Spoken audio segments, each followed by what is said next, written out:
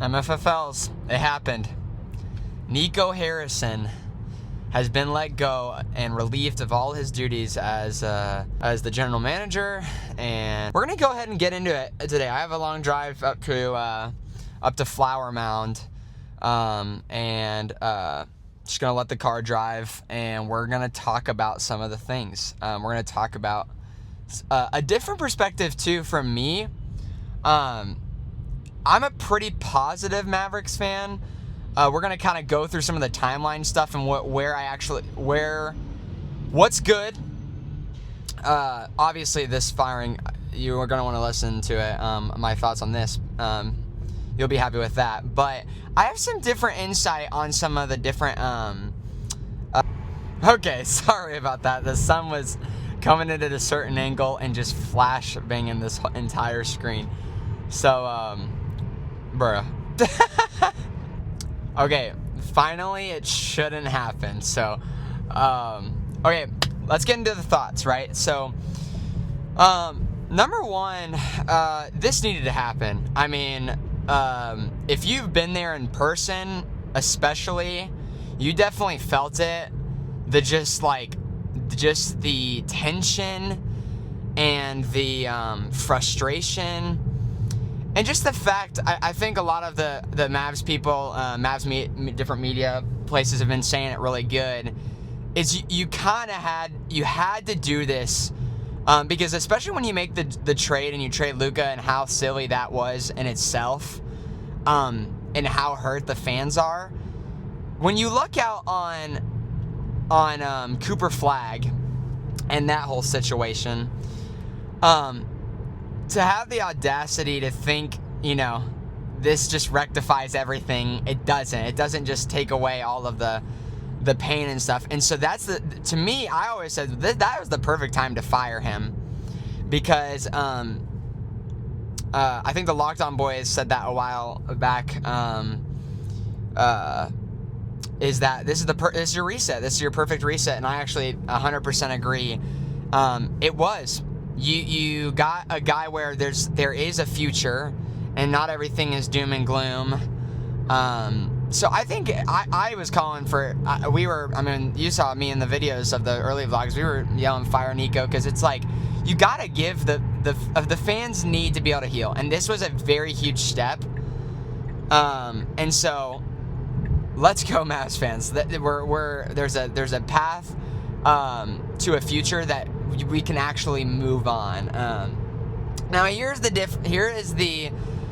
different spot. Now that we've kind of gotten into that, I can give more of my thoughts. If you want more of my Nico thoughts, just comment below and I can give a little bit more, because we all wanted him gone. So here is where I'm gonna give a grace factor to, and where I think Mavs fans should. How do I word this? I think Mavs fans need to kind of give some grace on, and I'm sure there's going to be plenty of. I know there's plenty of people that disagree with me, but I'm going to say it here. I don't think Patrick Dumont and the Adelson family should get as much hate as I've been seeing all over our the Reddit feeds, and YouTube and whatnot. And I'm going to be in a small group of people here. If I am at all the only person, possibly, I don't know. He's the owner. He hires and pays the people to do their job. It's anytime you're buying into something, obviously it's an investment opportunity, right? So you're buying into the Mavericks. Mark Cuban sells the majority of his stake, and you begin to own the Dallas Mavericks. And the guy who is your GM is saying, this is a good thing. This is a good thing for us. It is going to help us play our brand of basketball. And you're an owner who's signing this guy's check. You're paying this guy to do this job, and he's telling you this is what we're going to do. I don't know why we can just say, oh yeah, sell the team, where all the Mavs fans are like, yeah, screw the Patrick Dumont and everything. I just, people could call me a sellout or whatever. I've been a Mavs fan all my life, so I don't really, there's no gain advantage for me saying this or not, but I just don't see where that blame can fall to. Any of us who've worked jobs where you hire somebody to do their job. I do not like micromanaged jobs. That's where you get situations like the Cowboys, where you have the owner trying to do somebody else's job. So even though people will be like, well, he signed off on the deal. Well, yeah, not her.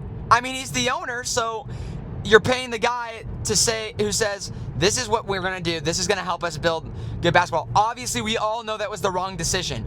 And the reason having that behind closed doors and Nico getting scammed by Pelinka behind closed doors. I mean, why do you think that Pelinka wanted it to be behind closed doors and all these kinds of stuff? Because if this got out, there's no way this stuff happens. No way the trade happens.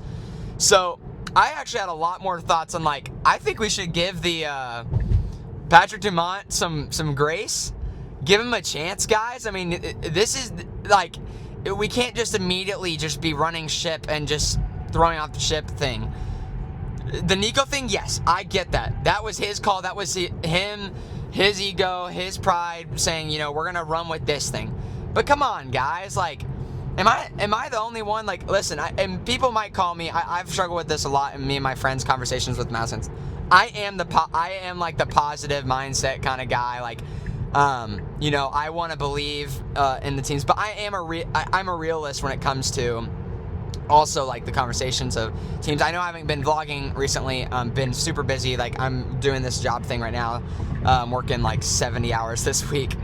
So haven't been able to make the last 2 home games. But in saying this, like, I understand the implications of, what's going on. I played basketball. I coached basketball for years.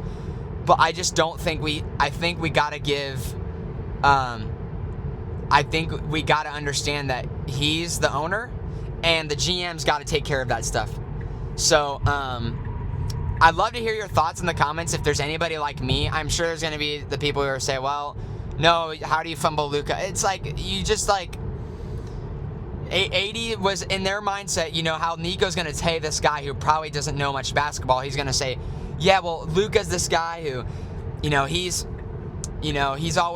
we're always having issues with, in the front office and he's complaining or whatnot. And obviously, guys, I'm not saying that. I love Luka. I bawled my eyes out. I want you guys to know this. I'm not trying to give a pass to Nico. Nico, I'm all with you guys. I mean, he needed to be gone. But I just don't see. I think we gotta let go of the Patrick thing, and we need to move on. We need to move on as a franchise. This is our opportunity. We can. Man, Coop is exciting to watch. If you're like me on the Bucks game, it's so exciting. We need to rally behind our players now. Like, imagine being a player. If any of y'all have played organized sports, right? You know how important it is for people to be, like, the energy to be, like, good. Like, I have been in locker rooms where, dude, it's so toxic and it just makes you hate basketball. It makes you literally hate the game. Like, I remember I almost quit my junior year, maybe it was my junior year, my varsity team, it was so toxic, and I love the game, but it made me hate the game because I'm like, why are we having so many issues? Not the sense of challenging each other to be better, but when it's just purely toxic. And then my senior year was my favorite year, one of my favorite years of basketball. I cry with the guys when we lost eventually. And then, I go on to do some coaching and assistant coaching. And so we got to rally. So here's my call to action for us as Mavs fans, right? We saw what we needed to see. Nico got fired, but if you're like, oh, I'm done until they sell the team, I'm gonna offer some pushback. Give them a chance, and I'm not talking about like it's gonna take some time for us to be back to where we need to be, right? I mean, who knows? Maybe we'll pull off this gives us the vibes and the win streak and the flow to keep it rolling and move. And maybe we turn this thing around. I'm not saying we will. I'm not being optimistic and saying like, oh, this is gonna happen. I'm just saying maybe it is. But let's like rally it behind. Like I said this in an earlier vlog one time. Like, this is Mavs fans. Like I don't understand. I understand feeling betrayed. I bawled my eyes out. I laid out all my jerseys. I FaceTimed my brother and I'm crying. You can ask my wife this. I was crying when we traded Luka so hard. But like, I'm bleeding blue till I die, bro. It's Mavs fans for life. Like, I feel like we can support a team, and the team, like, if you've grown up being a supporter of this team, with still being disappointed in the way that the front office ran the team. I don't know. That's just how the culture I've grown in. Family's family, no matter if they treat you, if they made a huge mistake and didn't own up to it. But now they're owning up to it. Let's turn this thing around and let's support the boys. Let's get the positive Mavs. Let's get some positive. Let's support these guys. I love these guys. Kyrie, PJ, Daniel Coop, Clay. Like, let's get some good support for them the rest of the season, and let's love on them and be good fans. So we got what we wanted, and so let's rally. Let's not be dumb and say sell the team and all that kind of stuff. Let's rally. But yeah, that's kind of my thoughts. I know I kind of rambled, but I love this. I love the Mavericks. I will always love the Mavericks. If I'm the last Maverick fan alive, just because the Mavericks front office screws it, oh well. I don't stop being a Cowboys fan just because Jerry Jones has been terrible for our thing, for our franchise. Like, if you're born into it and you decide we signed it up, like, you need an interstellar moment where the guy says no when you picked the team as a kid. Like, I'm sorry, I'm with this team till I die. It sucks, but like, I'm not just gonna go support another team. I'm here through thick and thin. So anyway, boys, thanks for watching. If you watched all the way this long, give this video a like, subscribe, and let me know if y'all ever want more thoughts videos like this. So yeah, let's go Mavs. See y'all.